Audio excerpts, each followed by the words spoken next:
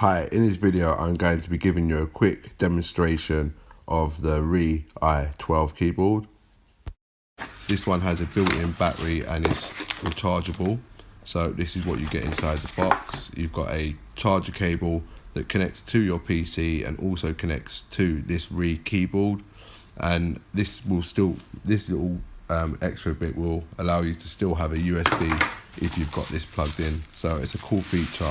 So you're not actually using up a USB port, you'll still have one left over when using this. You also get some instruction manuals. So if we take a look at the i12, you can see the keys are quite spaced out, they're quite big. So these are for people with big fat fingers that might have a bit of trouble seeing what they're pressing. And you've also got a trackpad on here, so this allows you to do gestures and also allow you to navigate the cursor on your screen using swipe motions. So this is the keyboard. You can see it's got up, down, left and right. You've got an enter button. You've got on the back, you can see it's silver and you've got a little hole here. This is a USB. You need to connect this to your device. It plugs into the USB port of your device. All of the keyboards do come with their own USB, and that's how they connect to your Android device. Without it plugged in, your device will not know you've got a keyboard connected. So you just plug your USB into your device. This is where this one's hidden. So that's the i12 we're using, the one with the bigger keys. So you can see you've got a trackpad and it moves the cursor around the screen, and you can double tap it to go backwards or single tap it to go forwards. So if I use two fingers at the same time, it goes back.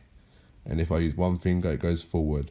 So this is quite useful for moving in and out of applications and going back and forward. As you can see, this i12 works reasonably well.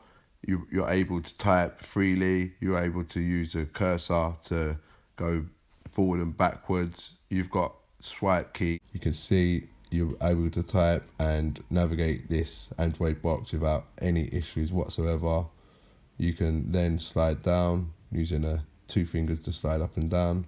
So you've got easy access and easy navigation using this i12. I can't really say anything bad about it. It is what it is. It's a nice slim keyboard with big keys. It allows you to control your box. This is a standard remote, what you'd get with a normal Android TV box. And as you can see, it works really well. You can do absolutely anything you want using this remote. There's nothing you're not going to be able to do with regards to navigation. It will take a little bit longer, and typing long words can become tedious as you have to select each key one at a time. So it'll be like 1, 2, 3, and it can just take so long to actually get around the keyboard and select all the keys one at a time. So this is why we do recommend buying an extra keyboard, because these boxes do so much and it just helps you be able to navigate your device a little bit quicker. They're not essential, but they are definitely a must-have if you've got that extra little bit of cash and you want something to help you navigate your box a little bit quicker.